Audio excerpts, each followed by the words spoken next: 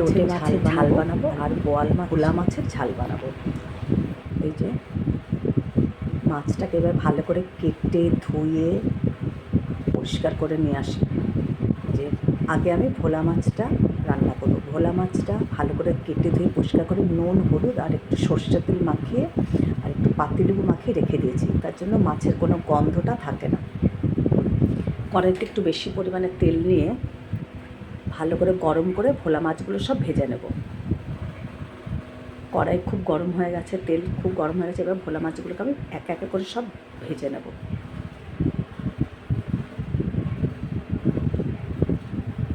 এদিকে একটা মশলা করব, আদা রসুন পেঁয়াজ কাঁচা লঙ্কা সব একসাথে একটা মিহি পেস্ট করে নেবো। এর মধ্যে আমি জিরের গুঁড়ো ধনে গুঁড়ো একসাথে নিয়ে নেব।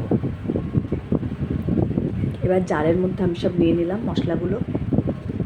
আদা রসুন পেঁয়াজ কাঁচা লঙ্কা, বেশ অনেকগুলোই কাঁচা লঙ্কা নিয়েছি, একটু ঝাল ঝাল করবো। রসুন নিয়েছি আর এর মধ্যে গুঁড়ো মশলাও নিয়ে নেব, একসাথে পেস্ট করবো। জিরে গুঁড়ো আর ধনে গুঁড়ো নিয়ে নিলাম।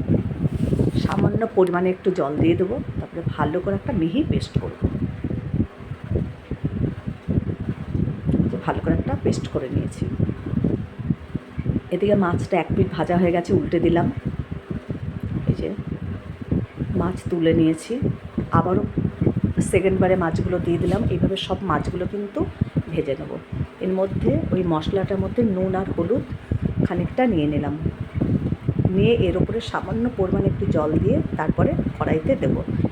মাছ সব ভেজে নিয়েছি, ওর মধ্যে আমি জিরে আর শুকনো লঙ্কা ফোড়ন দিলাম আর কিছুটা তেলও দিয়ে দিলাম, আর এর মধ্যে একটা তেজপাতা দেবো। ফোড়নটা আমার লাল লাল হয়ে গেছে, বা মশলাটার মধ্যে ঢেলে দিলাম।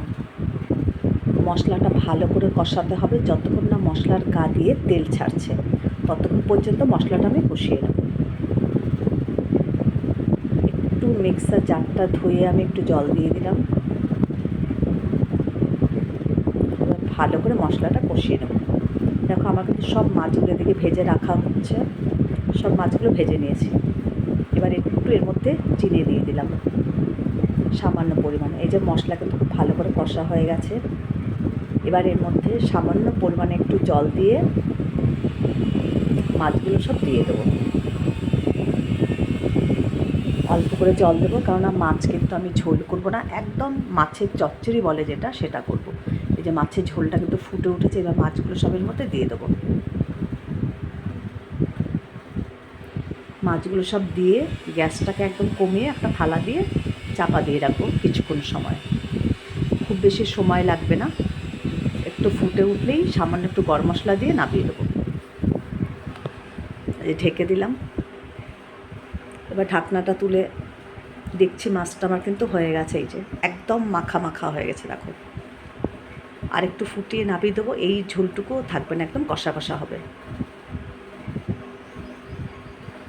সামান্য একটু ওর ওপরে আমি গরম মশলা ছড়িয়ে দেবো। ব্যাস, এই যে ভোলা মাছের চচ্চড়ি কিন্তু একদম রেডি। তোমাদের ভালো লাগলে ইউটিউব চ্যানেলটাকে সাবস্ক্রাইব করো, লাইক করো, কমেন্ট করো, শেয়ার করো, আর এইভাবে করে খেয়ে আমাকে কমেন্ট করো।